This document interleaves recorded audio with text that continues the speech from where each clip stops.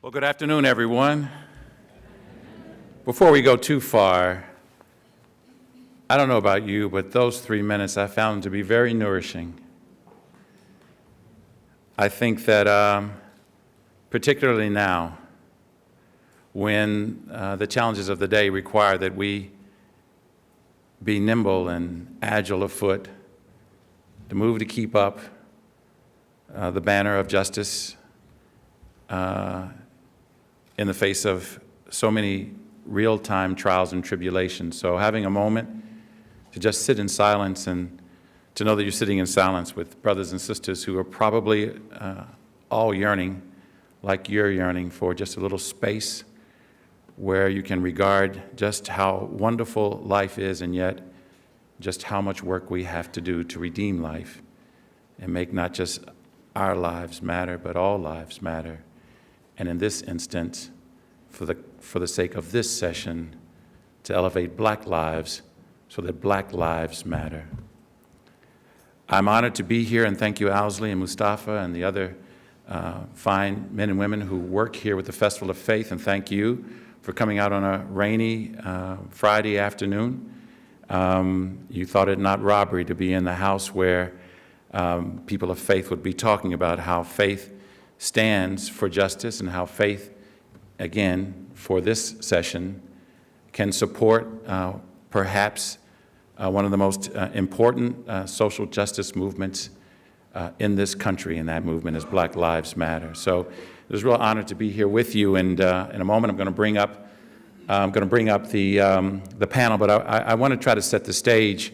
I just got back from Flint, Michigan, where I spent some time with a young woman who lost 2 children to miscarriage, twins, unfortunately, to miscarriage because of the high and elevated levels of lead and other heavy metals in her body as a consequence of consuming water that we've known for a while was polluted, was dangerous, was poison, and nonetheless it was fed to her and all the other residents of Flint who happened to be poor, who happened to be black, who happened to be powerless and voiceless. And I'm reminded of the time that I spent in Baton Rouge, Louisiana, on the doorstep of New Orleans, and talked to brothers and sisters, black men and women who had lost their homes because of the man-made disaster of Hurricane Katrina. The storm certainly was powerful. The storms do what storms do. But the neglect of people and their lives for so long created such a weakened infrastructure that poor folk couldn't get out of the way. And yet, one of the highest incidents of home ownership in this country was in the Ninth Ward, the lower Ninth Ward in New Orleans.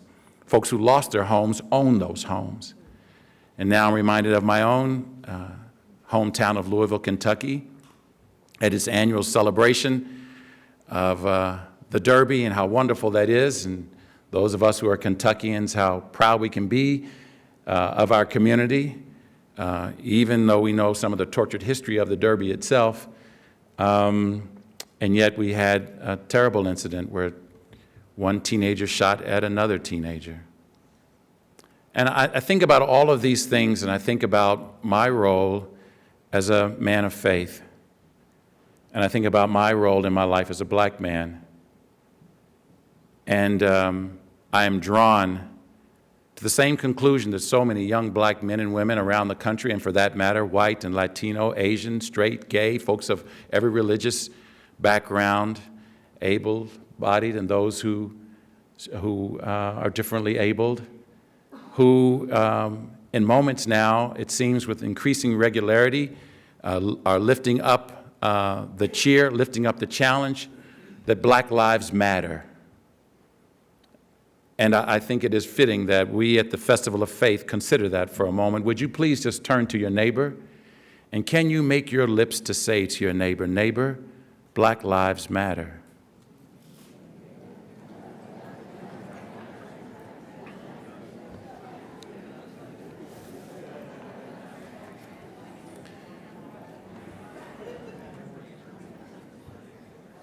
In 1925, A. Philip Randolph organized black men and women into one of the most powerful union organizing moments in this nation's history, the Brotherhood of Sleeping Car Porters and Maids.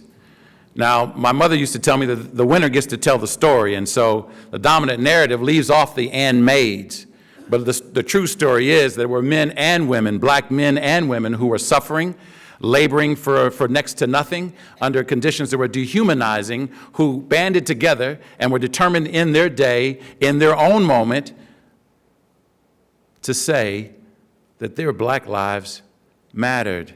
And what was amazing was, in their robust organizing effort, which required that they would, on every train in this country where there was a sleeping car, on every train where there was segregated service, that they would first begin by authorizing themselves to hold their heads up high and to declare that they had a name. Because if you were black and you worked on the train system in those days, you weren't regarded as a human being, and you weren't called by your name. It wasn't Bill or Jim or Lamont or Larry. Everyone who worked for the train who was black, male or female, was called George. They were called George because the originator of the sleeping car was George Porter. And George Porter searched out for men and women who he believed were especially servile, and who would serve him and other guests on the train without complaint under the most abject and horrid conditions, and who would not even be granted the respect of being referred to by their own name. They were all referred to as George. And so in that moment, another branch of the black civil rights movement was born. And the first thing that they asserted was, my life matters. You will call me by my name. You may call me what you want to in private, but you will call me by my name in public. My life, my black life, it matters. So turn back to your neighbor, the other neighbor this time, and try it again. And say to your other neighbor, neighbor, black lives matter. And just let the power of that assertion just wash over you. You may have never formed your lips to say those words ever in your life. Or you may have said something to that effect privately.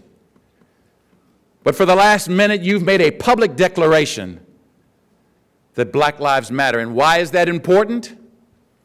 Because if we can, in this moment, publicly state in the city of Louisville, in the Commonwealth of Kentucky, that black lives matter, then all those black bodies whose bones rest in that river just down this block can rejoice.